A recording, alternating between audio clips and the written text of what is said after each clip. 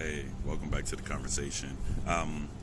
Before we talked about the mindset and the body, so what we're going to get down today is like where the mind goes, the body follows. Okay, so the biggest problem a lot of us have is the lack of responsibility, and that and a lack of conviction. Most people claim to want to lose weight or build a better body or get a toned, muscular body when really what they're interested in is doing it, and that's not fine. Doing and getting the body that they want, but without putting a huge amount of work into it, which is asinine if you think about it. If you want to have a good-looking body or a healthy mind or a healthy anything, you got to put a lot of work into it. It takes bodybuilders years to get their body the way it is, months, and a lot of time and effort and all this stuff, but a lot of people just want to do it the easy way. And basically, if you could give your body to me and I give you mine, I'll basically say, here, take care of my body. Here, take my head. You take your head.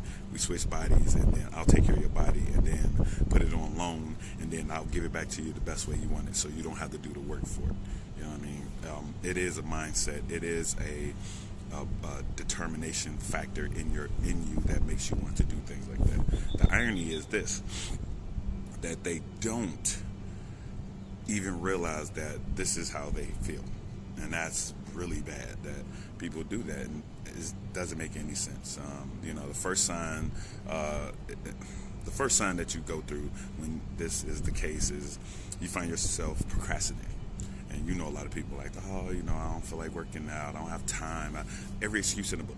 And it's usually about how much time they don't have. And we do have time. You have time. You have time to go to the bathroom. You have time to go meet your friends and stuff like that. To have a efficient workout does not take 1 hour.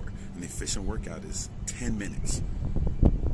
It's about you going as hard as you can and doing the proper exercises and and executing them perfectly to the best of your abilities, and then moving on from there. So you don't have to have this great workout. You just have to stick to it. 10 minutes a day, stick to it. 20 minutes a day, stick to it. An hour a day, stick to it. It's your choice. It depends on what time that you're willing to give. But most people don't want to give any time to a fitness program because they feel that if it's too hard, it's too much and stuff like that. I have no time for it and stuff like that.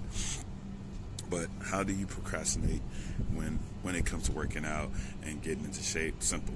And this is one of the simplest things you do. You read.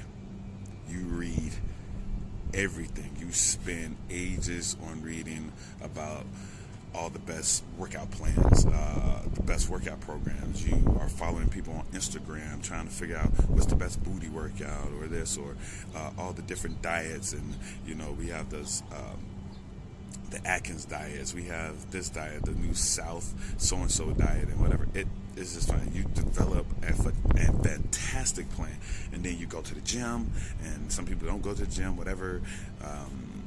Then they wait, and then you wait until the perfect opportunity. When was the last time you heard of the perfect opportunity? When work is quiet, you don't have any other commitments. You just decide to say, this is the time I'm going to train. And then when it happens, you start training. You ain't got no commitments. You have nothing else to do. This is the moment that I've been waiting for. Now I'm going to start training. But here's the thing, which is hilarious. There's no such thing as a perfect opportunity. Life does not do perfect.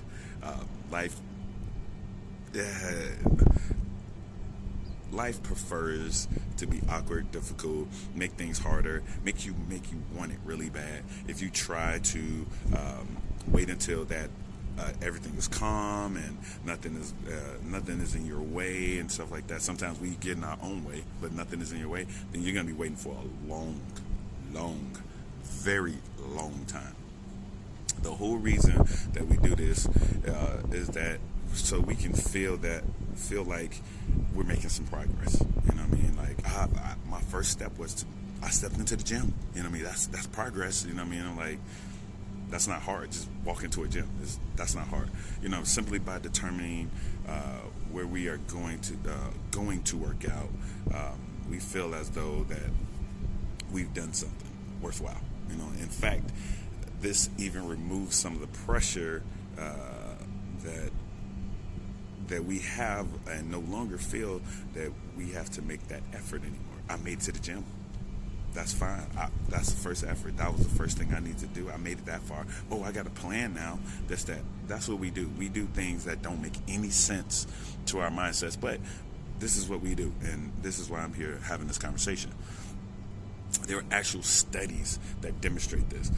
These studies specifically look at whether or not we should tell people our goals when we set out to do something worthwhile.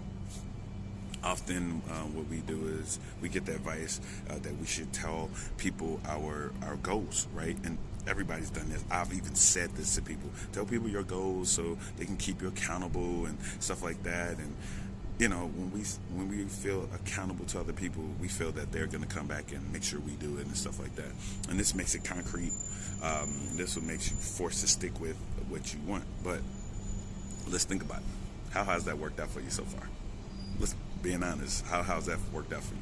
Because the reality of it is, according to just the actual research, telling people your goals actually releases psychotic tension. Psychotic. Think about this. Something's wrong. It doesn't make any sense why we do it. It's telling people make you feel that fitness is already a part of your life, part of your personality. In the sense of also, you actually don't have to put in real work. Like, I've already done it. I'm doing it. I'm doing it. Come on. Whatever. Ironically, telling people your goals makes you less likely to accomplish them. I always have this one thing, and I tell people to this day: work in silence. There's no need to tell everybody your business. You don't need to tell everybody everything. You don't. It don't make any sense.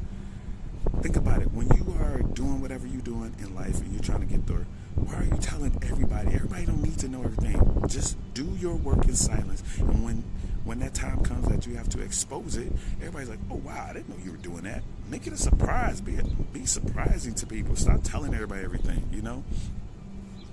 If you want to tell somebody about your goals, try to keep you, give you a bit of morale support and encouragement, then tell one person that you really trust.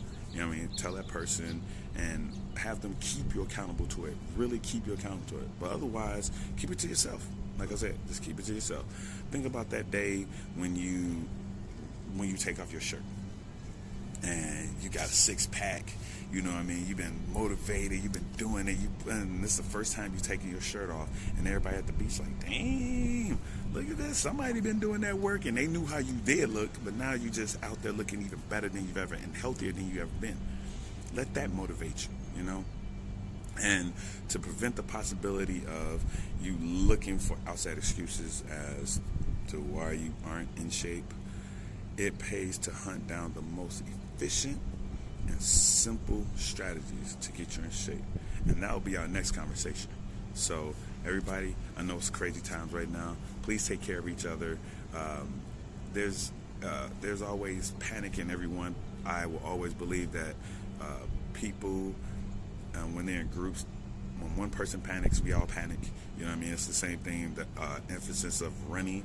When everybody's in a group and one person runs, everybody runs. But one person can think, and they make things a lot better. So take care of each other out there and be safe and wash your hands and do what we normally do and take care of each other and be a human to a person today. Please be a human. All right?